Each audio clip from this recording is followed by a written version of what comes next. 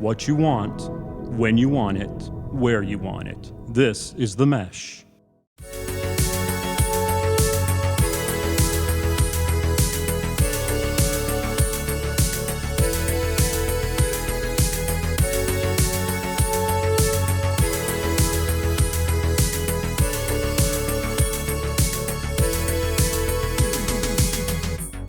Hello and welcome to Brothers in Tech here on themesh.tv. This is our ongoing technology discussion show between me, Alan Jackson, and my brother in tech, Brian Jackson, on the other end there. Brian, how you doing? Good, Alan. How are you? Doing great. Looking forward to these deep dive episodes as we're going to talk about a couple things a little bit more in detail that we discussed in our main episode this month, which was all about getting the internet in your home, kind of internet access, internet connections and speeds. We had a good conversation about that last time we met, but we're going to go a little deeper today with one of our patented deep dive episodes. So probably the most important part of internet for most people these days, the way that they're accessing the internet. So we're going to talk about a very specific part of that today, Wi-Fi, right? Yeah. And try to look at why Wi-Fi, how it works, why it works the way it does, and what we can do to potentially make that system work a little better. So it's going to be good. Well, we're going to focus on Wi-Fi for this deep dive, like Brian said, just because, even though wireless is just one way you can have the internet running through your home, you can do hardwired through Ethernet or even using power lines as a conduit. Wi-Fi just seems to be where everybody wants to go, and we get it. I mean, wireless is great. There's no cables, there's no tethering, there's a complete flexibility, and I think it's safe to say that in the world of where developers are putting their time and attention, it is on Wi-Fi as a technology to keep improving and strengthening, because they see the value of having this wireless network as opposed to finding ways to tether internet into your house on different wall jacks or anything else. So we are going to talk about Wi-Fi prominently in this deep dive. Talk about what it is and some strategies on it. So, well, I mean, I think you can just see most computers these days are coming out as laptops, right? They're just as strong as what the desktops were before, but the whole purpose is that you can move and that you can go to different places and be able to use it. So I think as they push laptops and we start to push the idea of being able to work in different places, wireless is pretty important. So nobody really wants to be tethered down if they don't have to. So this will be a good topic. This is going to be fun. And I think there's some things that we have here that can, even for the beginner user, there can be some real quick kind of knowledge we can impart, and without getting too in depth, that at least makes you feel smarter when you go to a party next time and tell someone something. Yes, please invite me to the party where Wi-Fi and protocols are going to be the talk of the day. Yeah, well, first of all, invite me to a party, because right now we're not able to be around people. But second of all, maybe that's my kind of party. I don't know. Maybe we're a little different, where we actually would talk about Wi-Fi specs. But oh well. Good.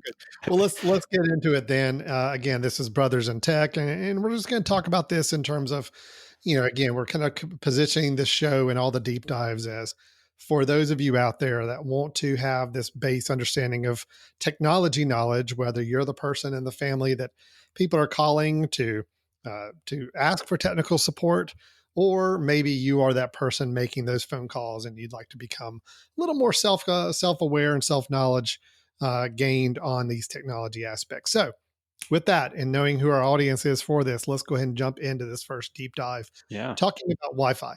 So Brian, pop quiz, what does Wi-Fi stand for? Wi-Fi means wireless fidelity. Wireless fidelity. Good. I did know that. Yeah. Which is interesting, because it doesn't seem like that would make sense for what we're talking about, because fidelity you normally think about with audio and all that. But really what Wi-Fi is meant to convey is kind of how accurate the signal is. It's conveying that same accuracy of a signal, but over the air, across the air. So you can transmit it and receive it on a different device. Most people are probably familiar with Wi-Fi with the idea that when you sign up for internet access through your cable provider, your internet provider, whoever it may be, they provided you with a modem.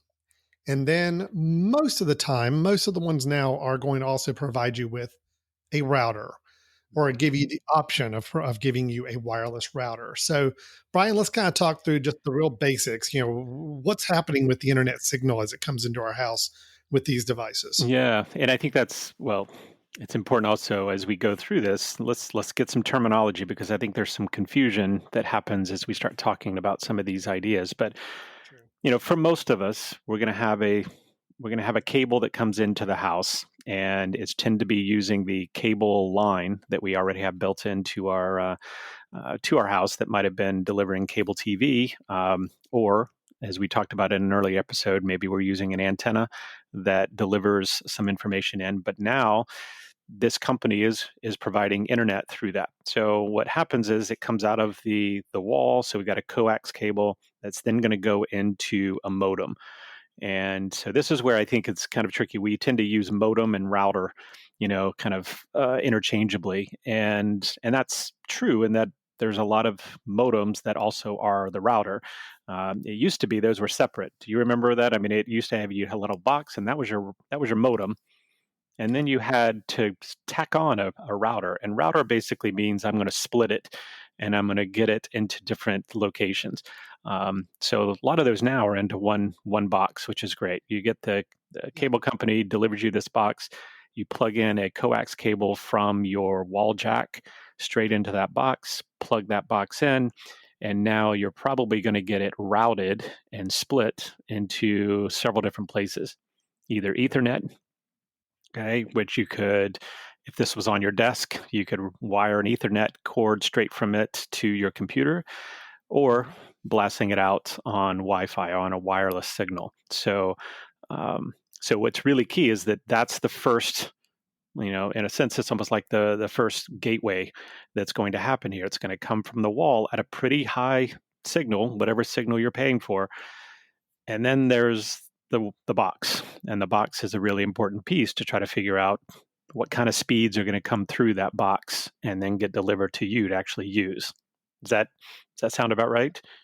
That is right, and you're right in saying that. The last couple of places I've set up internet directly with a provider, they have provided a one box that is your combination modem and router. So the idea is you plug that up to the line coming in, and not only is it going to provide internet to anything you plug in hardwired into the device, like Ethernet cables, but it's also going to spit out a wireless signal Mm-hmm. for you to use throughout your house.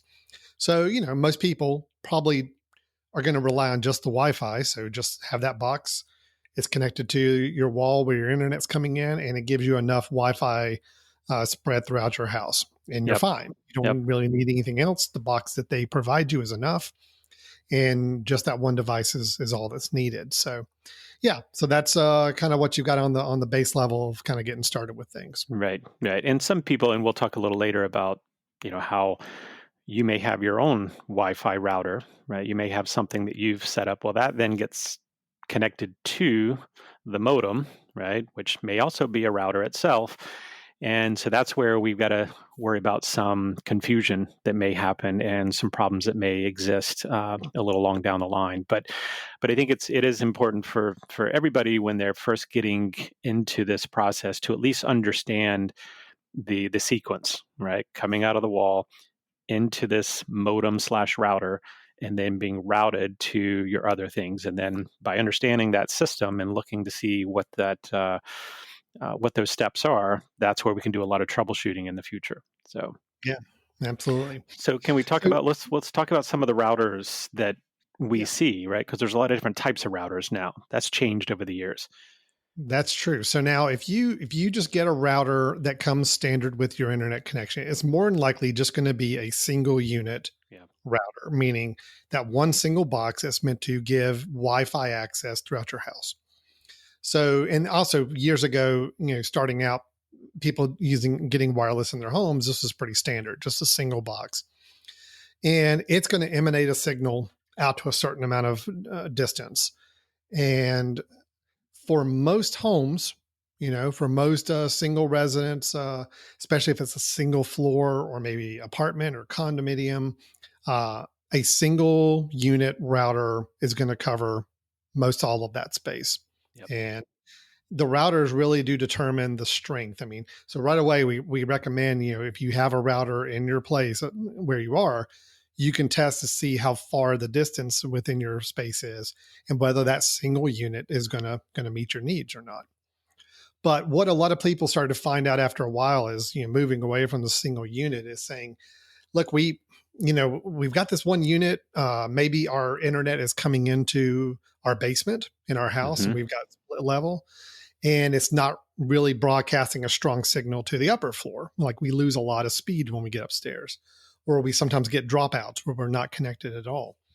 So they actually introduced and came out with things they call extenders. These are like little kind of assumed are like little satellites that take the signal from the main hub and take it and then just amplify it. So they're trying to provide greater signal throughout your house in Hmm. spots where maybe you didn't have as much. Um, they're good. I mean, I used them throughout my house for Yep. quite a while. I had Yep. the airport system. Apple had an Airport Express, which were basically extenders. I connected them to the network, and using the little app on my computer, I could say, yes, take that extender, and I want to connect to my main network and then just amplify it where it is. And it did provide me with better signal in a couple of places in my house that I didn't have good signal. So extenders were kind of the way that people would get broader signal throughout their house. Right. Um, if they felt like their main one single source was not strong enough. Yeah. And the important note there is it was about extending your reach, not necessarily extending your speed. So your speed, it wasn't that you were amplifying your speed, it's that, in certain parts of your house, you'd pull your computer up and see that you were getting 1 bar. Mm-hmm. Well, an extender would give you more bars, which means that you're going to have that connection, but it doesn't mean that the speed at which things were coming to you was any faster. It just means it was more consistent, right? No, you're correct. And I actually found that, if I was closer to one of my extenders with my laptop, I was not getting anywhere near the speed that I would get if I was closer to my main router. Yeah. Yeah. So in other words, yeah, I was getting a signal and I was having no problem connecting, but the speed was nowhere near like it was when I was closer to my router. So you're right. It's just extending the signal, but it's just giving you a connection to the internet, but you're still much farther away from your router than, and Hmm. the further you got away, the less your speed would be and the not as good a connection you had. Yeah. Yeah. So extenders, I mean, extenders served their purpose for quite a while. And again, Yeah. I They were had very extenders in helpful. my house Hmm. for several years. It wasn't until this idea of mesh networks came out, mesh routers, um, really in the last, like, what, 2 years, Yep. I'd say, Yep. Hmm. really become popular. So you hear mesh router. If you go to Best Buy, you go to some other store and you see a row of these wireless systems. So what these are, these mesh systems, it's the same thing as the routers that you used to get. The difference is that they come already set up to create an extended network throughout your house. So they actually come with multiple devices inside the box. So you have a main unit, which is your router. That's what you would connect to your internet's modem. The line that's coming in, going to the modem, you would connect this to that modem. It would take the place of your wireless router. But the difference with the mesh network is it also automatically comes with one, two, or three additional devices that you place throughout your house in strategic locations. Uh, and knowing that those different units are not only going to continue to provide you with signal to your internet, but they're also going to keep as close a speed as they can to the original router speed. So in other words, they really are truly creating a spread out network throughout your house of internet where you don't have to necessarily worry as much about, well, my speeds are always going to be slower if I'm in my upstairs bedroom versus Hmm. downstairs in the basement. It keeps a really pretty good consistent spread of your speed throughout your house. So it does that through multiple devices and it's basically relaying the signal between them. And my understanding of the way the mesh technology works without getting too detailed is it's seeing where devices are needing internet speed and it's kind of helping push and route the signal into those spaces. So for example, I may be where my whole family is up in our den and we all have our phones on, and there happens to be one of our little hub boxes up in that den.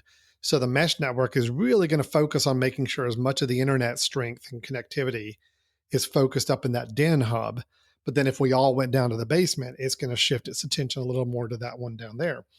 Now, granted, you can have stuff spread all throughout the house and it's going to equally spread them out. But if it sees this one device is really needing a lot more signal because it's streaming a lot of video, it's going to try to give a little more attention to that device, and it helps spread it out to where it needs to be. So Yeah. that's really mesh networks, mesh routers that you hear about now. And that's why they're so popular, is that even though they're more expensive than just a standard single router, they do provide you with a really great connectivity all across your house, especially in those homes that have multiple floors or maybe some very unique layouts, like a lot of brick walls Yeah. inside that. Yep. They help out with that for sure. Yep. Yeah. I think that's the real key, is that if you're looking at a Wi-Fi network right now and trying to figure out what router to buy, if you're someone that has a very unique house, and I think that's a real key. If your house is not, for example, if you couldn't stand in the middle of your house and have kind of equal distance to all portions of your house, then you are someone that probably could use this. Because if you have a house that both floors are, 2 or 3 floors are all kind of the exact size, the same size, and technically you could put a router in the middle floor, in the middle of the whole house, and get equal distance to everything, same number of walls, general, layout. Or if you have a house that's more open floor plan, that's got a lot of open space for the signal to travel. I mean, the way I like to think about it is, if you had someone in the middle of your house that was talking and talking very loud, where could you hear them? And any place that you have a hard time hearing someone talk means that there are structures in place that are keeping that sound from getting there. And also that means the Wi-Fi is going to have a hard time getting there. So if you're someone who has a separate add-on to your house, or you have a basement that is concrete walls, and you have different sub areas, this is a really helpful way of basically, as you said, pushing the signal into areas that it needs it, and assuring that they're getting it. Now, Alan, some people might be asking, well, these are still Wi-Fi satellites, right? I mean, this still has to travel from the main device to these satellites, and that's wireless. Okay, so that's going to potentially slow things down. But there's in a way that's about as hardwired as close to hardwired as you can get, because these satellites are tapped into a particular signal that is coming from that base, where you're not necessarily getting that same signal from your laptop or from your phone. So I think the idea is these satellites are as seamless as you can get right now. They are really well done, right? There again, if you say I need a wireless network in my house, and like you said, the description was, I've got multiple floors, I've got concrete, I've got, my internet router is in a very odd location, not central to the rest of the house. This is the best you're going to be able to get in your house, and it is really, really good. So I'll give you an example. I have a Google Wi-Fi network. Google makes a Wi-Fi mesh network that you can buy. They come in either 3 or 4 devices. I got the 3 device setup. So there's a main hub that you connect to your internet, your modem, and then there's 2 that you can place anywhere else throughout your house. My house is a old style, but has 3 stories. The basement is basically, mostly unfinished concrete wall basement. That's where my internet's coming in. When we got our house, that was where the internet line, the cable modem line, was already coming in, is into that basement. So I had to get that internet from the basement to the rest of the house. We had a single router for a while. And yeah, if you were upstairs in the top floor bedrooms, you would get very little signal, if any at all. So we went to some extenders. Extenders did okay, but again, they just didn't give us great speed. We still had connectivity upstairs, but the speed wasn't great. So then when we moved to the mesh network in the last couple of years, the Google Wi-Fi mesh network, I have that same little, the main hub down in the basement, in the concrete unfinished basement. And it's still putting out really good internet down there. But then I've got one other box on each floor. So I've got one on the middle floor, kind of on the far side of the house. Then I've got one 2 stories up. And right now we get wonderful internet all the way throughout the house. I mean, I could be up the stairs in my bedroom, perfect internet speed. I can do speed tests and see that it's great speed anywhere in between. So that's the whole goal there. That was the key of the whole thing. So would it be better if I could hardwire the whole house? Yeah, that would be absolute best speed everywhere. Hmm. But to do that means I've got to go run cable. I've got to run jacks into the walls everywhere. And I just didn't want to do that. I'm a laptop guy. My family's all on laptops. I mean, we don't have a desktop computer anywhere. So it just made good sense. Well, So plus that's that the idea of a mesh would have been network. some, some manual labor, which I know you're kind of opposed to. I'm So I'm very vehemently opposed to that. that would require tools, and yeah, Right. let's just not Tools go and there. drilling and things like that. Yeah, I'm not really not into that. So Uh, this works out really good. So I mean, yeah. again, if you're going to go Wi-Fi and you've got a very unique house setup, or a lot of walls, a lot of concrete in the house, a lot of brick, Yep. or just a lot of space. I mean, if you just got a really big house Hmm. and you're trying to get from one side to the other, you can go with the extender. Probably come out a little cheaper if you get some extenders, but I just don't think you're going to be happy with the speed. Where you invest a little bit more, go into a mesh network. It's all in one, and I think it works great. The other thing, mesh networks, I mean, what, 300, Yeah, $400? yeah, they're a little pricier. Yeah. They are Hmm. pricier, but you're doing it as an all-in-one investment, Right. and you've got really good speed everywhere in your house. Yeah. So, yeah. So I think you bring up a good point. So most of the internet companies are going to give you a router. They're going to give you a router as part of your deal. So now I will say they potentially are going to be, you may not think they're charging you for it, but there could also be some rental elements built into some of your costs, right? You may check on that. Like if you have something already, you may want to check to see because it probably also what they're giving you is putting out a Wi-Fi signal, which may not at all be what you need if you've got a really big or unique house. I have a mesh network as well. Honestly, I probably don't need it. I'm in a house that's smaller. It's 2 floors, 1,700 square feet. It's not unique at all in terms of the layout. So I didn't really need it. I was doing okay before, but we were having some issues with wanting to direct internet to some specific devices, and that's one of the other benefits I think of the mesh network is if you're someone who's going to stream a lot of content on your TV, and maybe let's say you have a Roku, and your Roku device that is pulling a Wi-Fi signal is sitting in a stereo cabinet somewhere because you want to hide it, and now all of a sudden it's behind wood, it's built, it's covered up, and it's not necessarily getting a good signal. But that's where you need your best signal, right? If you're always streaming TV, you need your best signal there. So by doing a mesh network, one of the nice parts about these satellites, and I think the Google Wi-Fi system you have does this as well. So I have the Netgear Orbi, which is kind of the other competitor to the Google, um, but it has a 2 satellite system as well. But wherever you plug these satellites in, which all they need is power, wherever you plug those satellites in, they also have an Ethernet jack in the back that allows you then to plug directly into something. So I have one of them right next to my TV, plugging directly into my Apple TV or my Roku, which means even though it's not like hardwiring into the modem, it's as close as I can get. At least I know I'm going to get a really good, consistent signal. So that's what I wanted. Is I wanted because I only have, if you listen to some of our deep dives earlier on streaming TV, I only have one jack in the house that's there for internet, and everything else is built in for the over the air antenna that we have.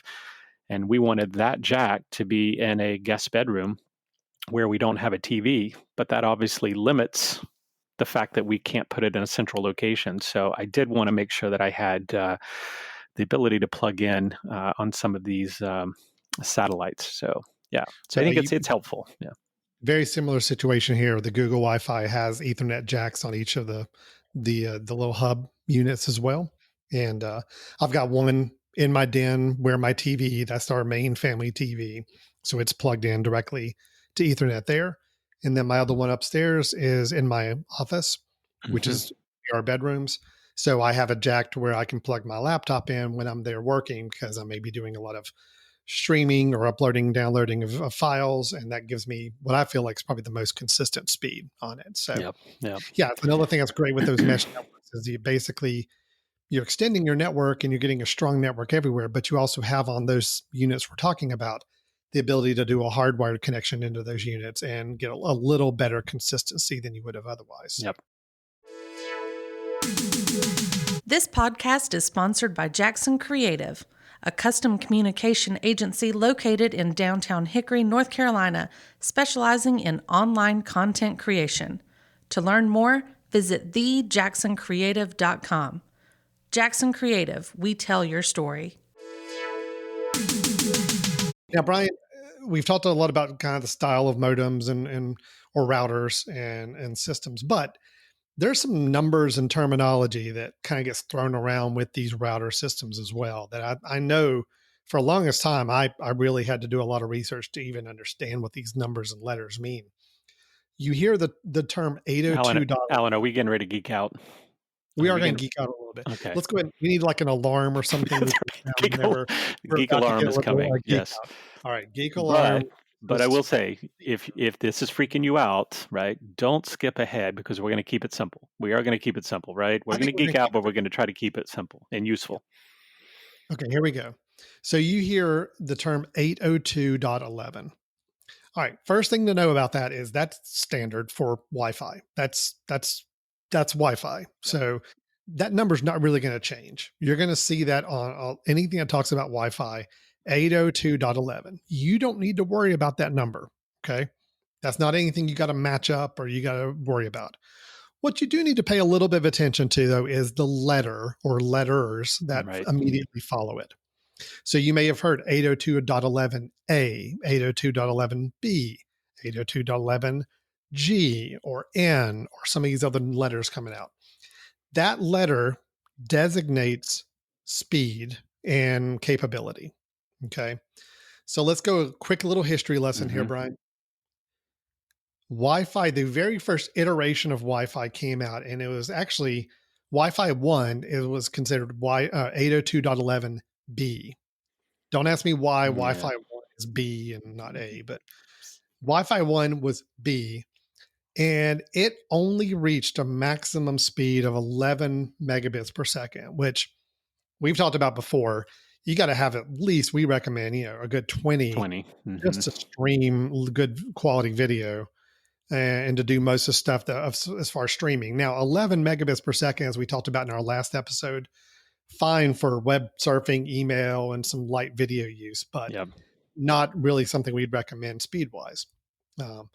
Plus, it was running on a gigahertz spectrum we're going to talk about in a moment, but it was running on a gigahertz spectrum that was a little more interference prone. So not a great capability, but it was a good start. Then we moved on to Wi-Fi 2, which was 802.11a. Again, don't ask me why, but it was. Now that one, in theory, could go up to almost 54 megas per second. Now that's where we're getting to the point of, okay, this is good internet speed for most people. And plus it's running on a different frequency that was a little stronger, a little bit more reliable. We move up from there to G. This is Wi-Fi level 3, the third iteration of the Wi-Fi standard, and they call it G. So that's a little more common. I think most people probably, if I had to guess, if you've gotten your router in the last 4 or 5 years, it's at least a G speed. G will still go up to 54 megabits per second, so about the same as A. But it's on a more common frequency, and it is backwards compatible with some of the older speeds. So again, they're getting a little bit better each time. Now, the one that I think is probably the standard most people are getting, if you get a new device right now, it's going to be is N. Again, why the letter sequencing, I have no idea, but we're at N, the letter N now. And that in general is going to give you about 100 megabits per second, but in theory, it could go up to as much as 300. This is going to cover the vast majority of people on their home internet now. I mean, I have 100 megabits connection at home, so obviously N will cover my full internet speed capability. So that's where most devices that are coming out now are at that N level. Okay. Now, there'll be other letters coming out soon. There's already an AC, which is 2 letters, which is much, much faster. It'll actually go up to a gigabit per second.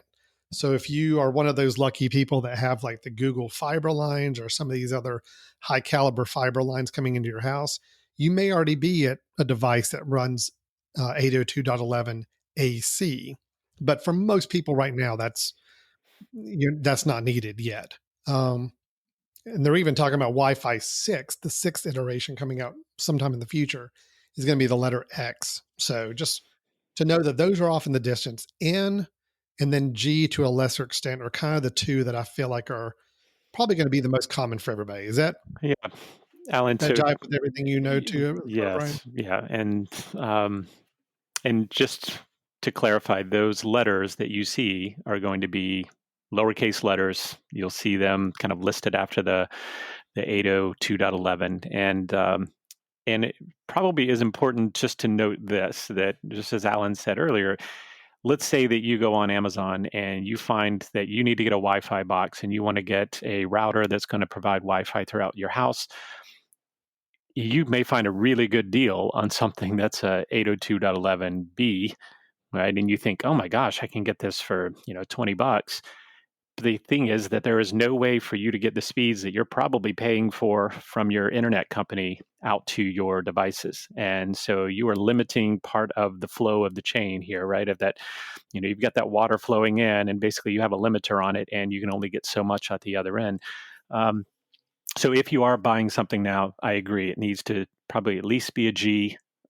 If it's not too much more expensive, do an N, because at least you'll know you'll be upward compatible for several years in whatever internet you decide to do. So, it would be to me, it's such a shame that if you're paying a lot of money for fast internet and then you have a Wi-Fi signal that limits how that speed can be delivered, then you just wasted a lot of money, right? Well, and Brian, I'm not going to name any names here at all. It's not a family member of ours. Okay, I'll go ahead and say that just so any family members listening don't think I'm ragging on them. But it Okay, was well, a friend of real quick, none of our family members are listening. So you really don't need to worry here, Alan. no, that's clarification there. So really, we can say anything about our family members at all we want. Absolutely.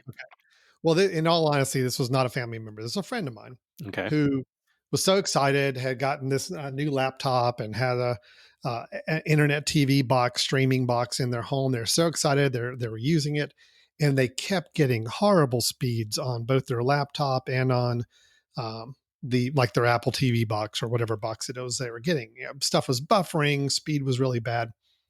And they told me, they said, look, I pay for 100 megabit connection in my house. And why am I not getting better speeds? Why is my Wi-Fi not picking up good speeds? And sure enough, we went to go take a look and we looked at the router, and the router was I think it was like a B. And that's automatically just not going to put. So in other words, like you said, it's that throttle of data coming into your house, big, huge pipe of data hits that router. The router says, oh, I can only handle a tenth of this. Mm-hmm. So that's all I'm going to spit out to the Wi-Fi network. So it doesn't matter how good your devices are on your other end. If that router is not at the right level as the internet coming into your house or greater, then you are automatically throttling yourself and going to cause more problems than it's worth. Yep. So, Yep. So now, pay the other thing attention we to mentioned the information coming in, as well as how fast you can put. So you actually, make sure we're clear on this. You want your Wi-Fi capability to be at least, if not more, I'd actually kind of look at it at being quite a bit more than what your speeds are that you're paying for. That way, you know that it is not trimming down any of your speed, right? That really you're only limited by what you're paying for coming into your house, right? Exactly. Yeah. That should be it. So, but there is one more piece of the chain we got to mention, Brian. So even if your router is up to speed, your internet speed is where you want it, the router's coming in, the router is at a great speed level, and it's sending all that data out to your network for your devices to use. If your end user device, your laptop, your streaming box, whatever it is, doesn't have that same Wi-Fi certification level, it won't matter again. So luckily, any device you buy, I'd say in the last couple of years, is going to be compatible with most of the faster speed internet wireless systems. But if you've got a laptop from 10 years ago that has a wireless card built in, it probably does not have 802.11n capability. So again, you're going to get throttled on that device as well. So there are multiple points where Yep. you could Yep. lose your internet speed, I guess is what we're trying to say. Mhm. There's a speed you pay your internet provider to get. There's the speed of your router that's pushing out your Wi-Fi signal. And then there's the capabilities of your devices in receiving that signal and using that speed. So, And there is the barriers that you have in between your router and what you're getting to. So we talked about before, if it's further away, if there's concrete walls. So you have all of these possibilities of things. If you're someone that has trouble with internet, these are all the steps that you need to check to make sure that there's nothing kind of slowing you down all the way, along the path, right? yeah, absolutely. And kind of on that note, Brian, so I was going to ask you about gigahertz because I'll admit Mm, I'm a little hazy on that. So gigahertz is another thing you may see on these yeah. routers that it does impact kind of this whole speed you're talking about that you could lose in the transmission. Yep. Yep. So I've seen 2.4 or 2.5 gigahertz a lot, and I've seen 5 gigahertz a lot. Right. Remind me the differences on Yeah. those. So 2.4 is a number that you probably have seen for many years because it used to be where we had our cordless phones in our house. Then the later, now I say later, and that there's still an old technology, but the later versions of those were all kind of touting this idea of 2.4 gigahertz. It means it had a better signal that was going to travel further. So the 2.4 gigahertz signal means that it travels a little further, but it also can't carry as much data and information. It was great for cordless phones, right? Because all you had to carry was voice. Okay, but in early early Wi-Fi signals were using 2.4. Now, there may be some issues in that if you had a cordless phone and you had a wireless signal that was spitting out the exact same signal to 2.4, they may compete with one another. And you may find that one is going to cause problems with the other one. And one of the more common things that seem to show some interference with a 2.4 signal is going to be the microwave. That's actually a very common thing that when the microwave turns on, your Wi-Fi signal drops. Or if you remember when you were on a cordless phone a long time ago, you'd be talking, someone would turn on the microwave, you'd have all sorts of interference, or someone else would have a different cordless phone that picked up, and all of a sudden it caused your phone call to get staticky. Same thing's happening with the internet if you've got the 2.4. And I bring that up because I have a friend who just in this last week mentioned to me that, given that she now had to move home, she had to do all her work at home. She has her kids at home that are all doing their work at home. And she now had to put a sign up on the microwave that says, do not use the microwave between this time and this time when she's Wow. holding classes. Yeah. Now, that person, Jan, I'm actually mentioning her name because I want to see if she's actually listening to this, right? Jan, you had better let me know if you hear this because then I'll know if you actually did listen to this show or not. But, the first thing I mentioned her was, are you running a 2.4 gigahertz? Because that is where the microwave is going to conflict. Most of the routers now are going to have what they call the dual band, right? So there's a 2.4 and there's a 5 gigahertz, which are two different signals that it'll send out. Think about it this way: 2.4 is kind of like AM radio. AM radio signal it could travel a long way, right? But it's not that good of a signal. You're not getting that Quality. good of information. Yeah. 5 is like FM, right? Where it's going to be a better signal, but it doesn't travel as far.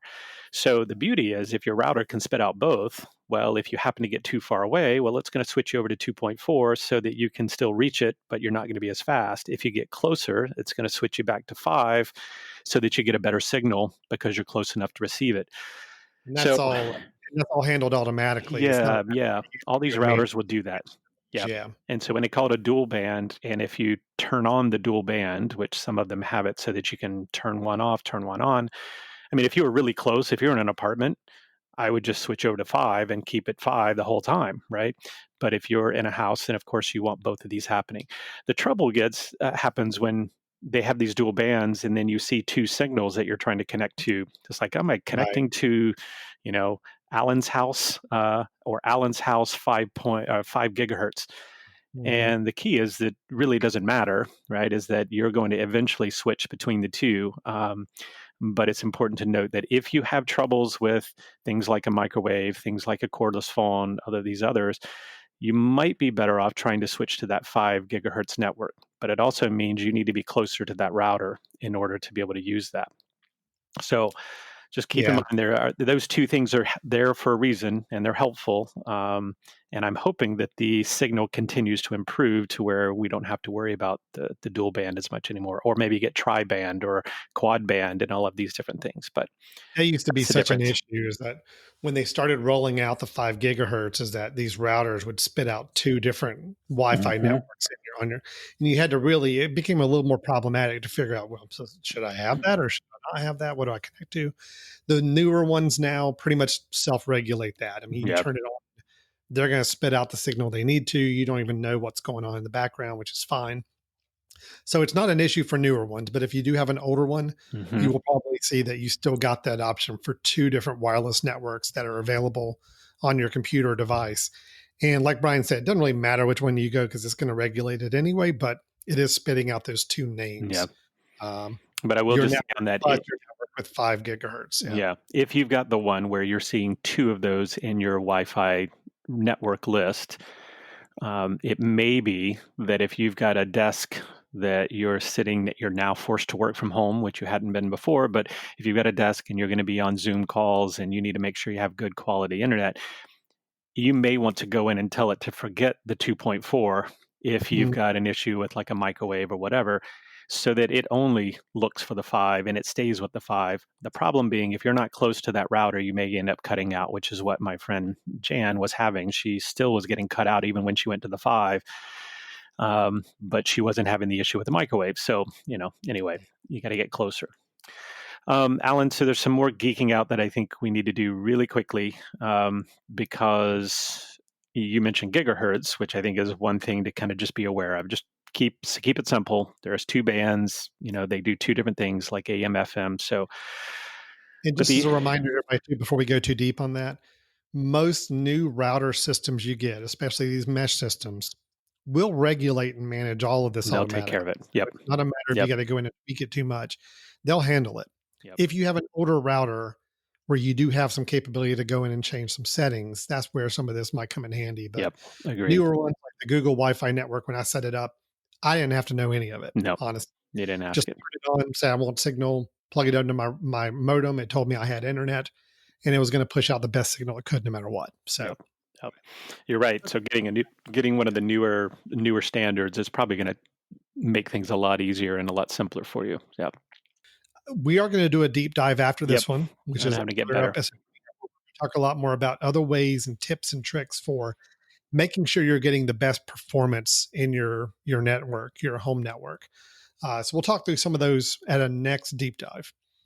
But we've been talking about the routers. We've been talking about, mesh networks, which we're both big fans of and we think are great systems to invest into. But you could still be looking at a single router if your space is not too big or not too complex, and a single router will cover it all. Most all modern routers, a lot of people don't realize this, Brian. I'm really kind of surprised anytime I talk to somebody about the routers and they don't realize they can do these things. A lot of modern routers will allow you to do some things, whether you have to go to a certain web address to interface with them to make settings, or whether there's an app that comes with it that allows you to make modifications to it. But there's a few features that are kind of standard on newer routers these days, whether it's a mesh network or a standard router. Like for one, so many people don't realize that you can set up very easily on most of these networks a guest network. So why would you need a guest network? Okay.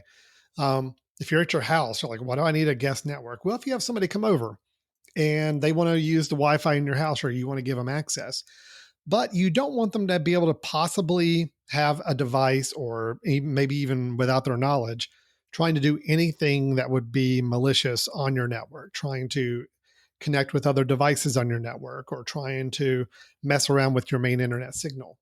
So by setting up a guest network, you're setting up a network that is a little more protected and says, look, I'm just going to give whoever comes to that network, um, they're going to be able to access the internet, but they're not going to be able to connect to a lot of my other devices or do other things on my network. Yep. So it's really great. I mean, we have friends come over, and of course, the kids bring their devices. And like, what's the Wi-Fi password? And it's not that I don't trust the kids. It's just I don't trust the Yeah. kids' devices, whatever's running on there. Well, some of the kids. Yeah. Or you don't But I trust their don't parents, is what it probably is. Yeah, but Right. But I mean, if they have a phone that's got some virus stuff on it or Yeah. got some Yep. malware on it, I Very don't want true. them on my network. So I give them the guest network password, and it's a separate Wi-Fi that pops up on your Wi-Fi list, and you can name it, Jackson Family Guest, Mhm. and say, hey, that's what I want people who visit to use, and here's the password for that network. It's actually really easy to turn on with these routers. I mean, it's a checkbox on an app or a checkbox on a web page, and turn on the guest network, give it a different password. Feel free to put that password up on a board in your house or on a sign. Say, hey, here's the guest network password. But you can at least have confidence that they're not able to interact with the rest of your network through that guest network. So I love that. I mean, I'm a Yeah. big fan of that. We even have it in our office on our office Wi-Fi just to say, here's an office guest password so nobody could interact with our main network. Alan, I haven't used the guest network too often. Well, probably because I don't have many guests, people that come over. You do have to Um, have friends well, and people that may yeah, by your friends. house. Yeah, that's true.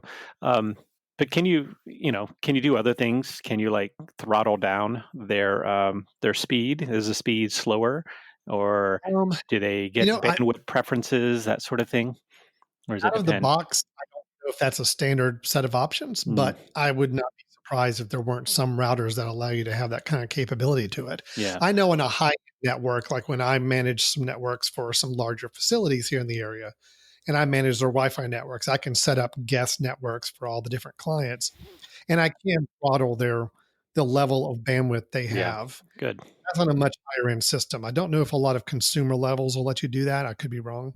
Uh, I've never really dealt with that per se, Yeah. but I know kind of on that same note though, you can do device priority Yep. within your network. So that may give you a little bit of what you're looking for there. So you already mentioned it earlier, Brian, this idea that if you had a Apple TV box or a Amazon Fire TV box Yeah. Roku. that was going to be Hmm. your main streaming device for television, and you want to make sure it's always got the best internet possible out of your Wi-Fi network, you can actually go into these router apps or router web pages and set a higher priority for that device and say, look, when this device shows up on my network, give it the best internet connection you can Hmm. because a high priority item. So what in theory what that means is if you got a family, a whole bunch of people sitting around on their devices and someone fires up the Apple TV to start watching a video, that the mesh network especially, and I think some routers will do this as well, will automatically try to give the best signal to that Apple TV while everybody else's might take a little bit of a hit to make sure that the Apple TV or your Amazon Fire TV has the best internet possible. So Hmm. you can set that in your router in most of the modern router apps that they have. It's not essential. I honestly don't do a lot of that because our internet signal is pretty good. So I don't really tweak a lot with the priority settings, but it's nice knowing you can do it. No, that's true. And if you're someone that does have a lot of traffic, it would be nice to be able to prioritize that traffic. I mean, personally, I'm kind of thinking it would be cool to have a guest network. Someone comes over, like Alan, you come over, I throttle down your internet to like, you know, dial up speed, I love right? speed, right. Yeah. And then maybe I also have the ability to then advertise on your phone. I can actually specifically send advertisements to your phone to be like, hey, would you like to pay for some of the milk that you just drank? And here's a link. So you could monetize your guest network and have that. Uh, I'm thinking this is the new business. It's Guest Network Plus, right? And Talk afterwards. I think we need to talk offline about this. I like all right. last feature I'll mention before we get ready to wrap this up, just about your internet routers that you may not realize are there. And again, most modern routers have this capability. Parental controls. So Yeah. if Yep. you have a child in the house and you want to make sure that they can't access the internet through Wi-Fi after a certain time. Many of these new routers will allow you to go in and it'll show you all the devices connected to your network. And you can say, yep, that's Johnny's iPad. And I do not want Johnny's iPad to get internet signal after 9 o'clock at night. So you can actually go in and set that particular device should not have internet access after a certain time. Yeah, that's pretty So slick. that's really nice because again, if you really want to make sure nobody's misusing the time, bedtime, or when they're supposed to be doing homework or chores or whatever it may be, you can certainly control that. Just keep in mind, once you set it, you do have to go in and manage it. And if you want to take it off, you got to go back in and do that. But it's nice knowing the capabilities there. So. Yeah. And if you're the one that sets it up, right, you could do all sorts of cool things. If my spouse is watching a movie that I do not care for, please throttle that down and give everything else here to this sports that I'm watching on this other TV. Yeah, I get lots of cool ideas. Okay, making notes. Those are great. And I will say that even though my experience on the mesh network is pretty much with the Google Wi-Fi, the Google Wi-Fi app is really great and it's really easy to navigate, to set up all these things, and you can do some great speed test of your network from the app. You can do the priority management of different devices. I can do parental controls, setting up the guest network, all that from a Google Wi-Fi app that you download once you install your network. I'm sure yours with the Netgear is very similar. What it can except do there I will say, I wanted to mention that when comparing the two, I found the Netgear Orbi, which is what I'm using, it was a better price at the time, but I am actually regretting it now because I don't get the same controls that you. The only controls that I have is I can go in and I can turn off different devices. I can easily just say, oh, turn off to that device, to that device, to that device. I don't need the Wi-Fi there, and I can check speed and I can do that. I can do parental controls to a certain extent, which isn't that necessary to me, but does not have prioritization, which would really be beneficial. Now, I think it kind of does it on its own with some things that are going to be pulling more. But yeah, if I had to go do it again, I'd probably buy the Google Wi-Fi myself. So. Well, I will give that as a strong recommendation. I'm really happy with the Google Wi-Fi mesh network. Yeah, I mean, I'll tell you just one other little thing with the Google network that's great. And I don't know if others do this or not, but I can set up the family Wi-Fi with all the, time that different devices can access the internet and all that. But there's also a feature on it called just family time, where it's a one button item where I can press a pause button for family time. And it truly disables internet for everybody. Wow. So we can sit down and have dinner and nobody can access the internet while we're doing that. Like the world comes to a halt, right? That's awesome. Father has something to announce, so I'm going to turn on family time so nobody has any Pay Wi-Fi. attention to me. Yeah. Nice. Yeah. Very cool. So yeah, very happy with the Wi-Fi on the Google side. Nice. Nice. Brian, we talked for almost an hour about Wi-Fi. About Wi-Fi. Wow. Yeah, we crazy. We geeked out a little bit, so that was fun. I will tell everybody if people are really wanting to talk more about ways to strengthen or speed up their network connection in their home, listen to the next deep dive because we do have some checklists or tips and tricks things to do to check that out. Let's say you followed these steps, you got the right router, you've got the right internet connection, you got all your devices are good, but you're still getting some slowdowns and you don't know why. That's where we're going to help you on the next deep dive. But until that time, Brian, we always like to end our show with a BITS, our Brothers in Tech suggestion for the episode, something we'd like to throw out at a piece of software or a tip or a website or whatever it may be, something kind of related to the topic we just went through. So, Brian, what is your bit for this episode? Yeah, I'm not going to go too deep into this one, but we talked earlier about trying to look at your different Wi-Fi signals and the signals that are around you and trying to see the strength of those. If you want to geek out a little bit more, if you want to go a little bit more depth into that and not just see the signal that you're connecting to, but potentially see the signals that are around you and actually see the strength of those, because that can give you an idea of what is some of the interference that I'm receiving, right? I may have lots. I mean, if you're in an apartment complex and everybody has their own Wi-Fi, and you're seeing tons of these signals come in, that's potentially going to bog down your ability to connect. So I'm just going to advise. There's an app called Wi-Fi Explorer, And it's a pretty cool app in that it does one simple thing, which is it can bring up all of the Wi-Fi signals that it can see and gives you information about each one of them. It tells you who the vendor of the device was. It tells you what the signal is, what channel it's on, what band you're using, the 2.4 or the 5. It tells you what generation of Wi-Fi you're using, which of course we talked about earlier, the A, the C, the B. And then it also tells you kind of your max speed or rate that you can expect to get from that. So if you start finding issues, it's kind of nice to pull this up, do a scan, and say, oh, well, I'm not getting anything right here, which will be an easy way to then take your laptop somewhere else, try to see what happens to the strength, and maybe you start to figure out there's a better place to work in your house. If you're going to be doing a Zoom call or you're going to be downloading certain things, or keep the computer where it is, move the router, and try to see what happens to that speed. So it's basically just a way of looking at lots of networks all at once to try to see, as I move through the house, or if the router were to change, or if the weather were to change, what's happening to those signals. And it's kind of a way just to potentially dig in and figure out what's going wrong. So it is a paid app. There's a free version. I didn't try the free version because you and I talked about before. We're both using the Set app, and this is something that comes free with the Set app.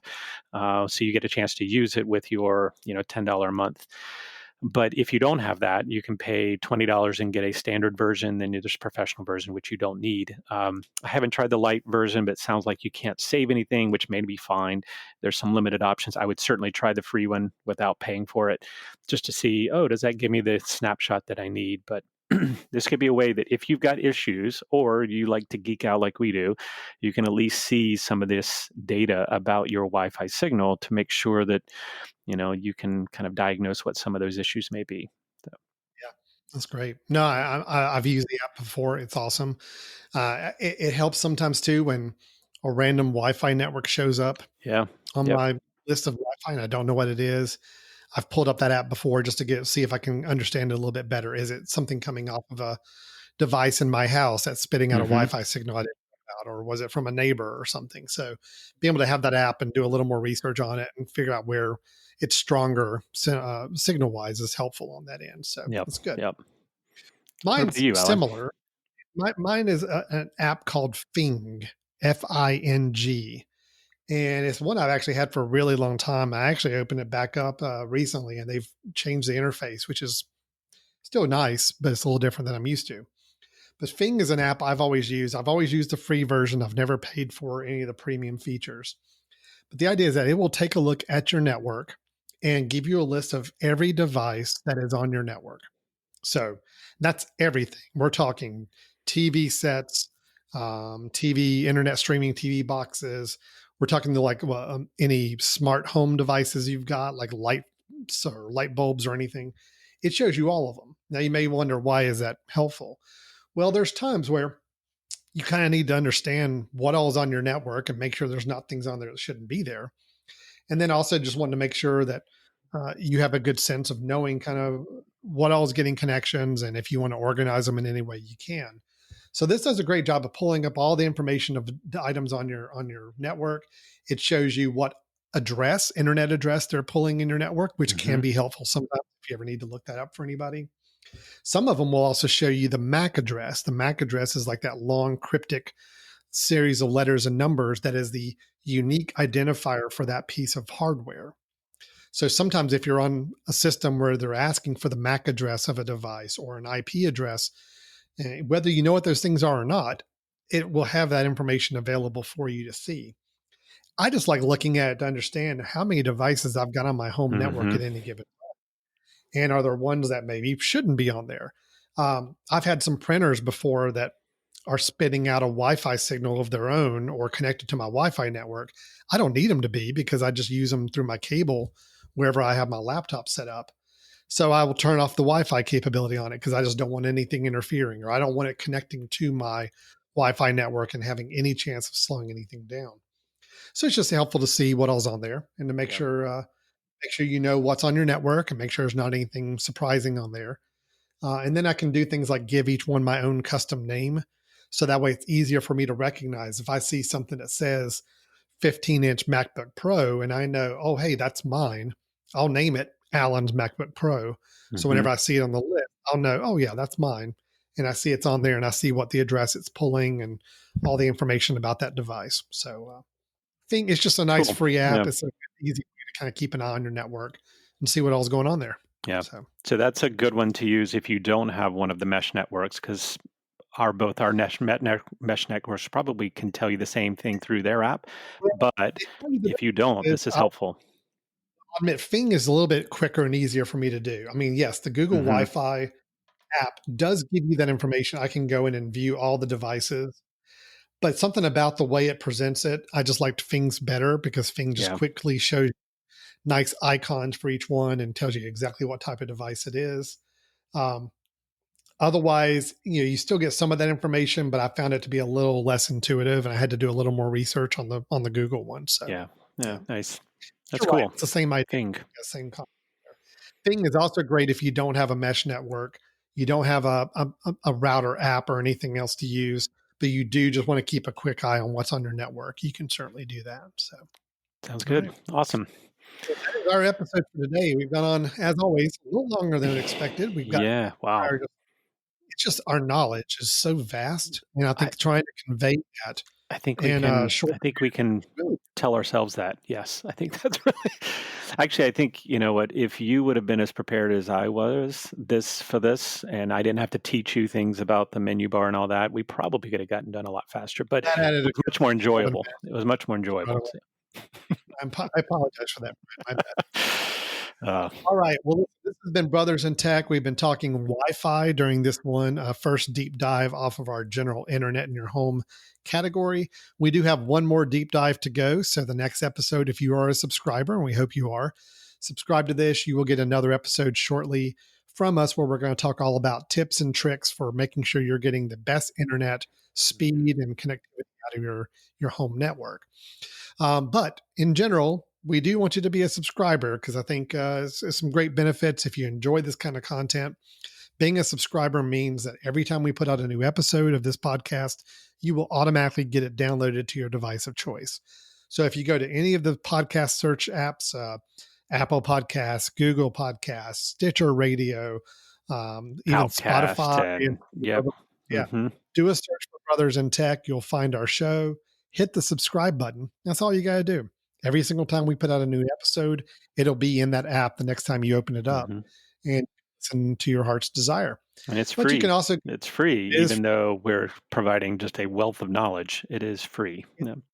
almost criminal, the fact that we're giving away this kind of information for free. I mean, it really is. But Yes. you can also go onto the mesh.tv. That's THEMESH.tv. And not only see our show there as one of the network shows, but you can check out other network shows as well.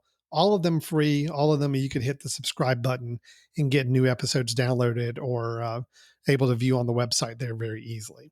Nice. Brian, people have questions, comments, or ideas. How should they reach out to us? Yeah, they should email us info@themesh.tv, info@themesh.tv, info@themesh.tv. Send us your tips and tricks or what things that, if you have some additional questions, things you'd like us to address either on air or just by email, we'd be happy to respond to you. So it's great. Awesome. Well, we hope to hear from you guys soon. Thanks so much for listening to this deep dive episode. Again, stay tuned for our next deep dive as we talk about tricks and strategies for improving your internet speed. For Brothers in Tech, I am Alan Jackson. And I'm Brian Jackson. That was your prompt, Brian. I was pointing at you. Thank you. I watched you. Yes. All right. This is Brothers in Tech. Thanks for listening. All right. Bye-bye.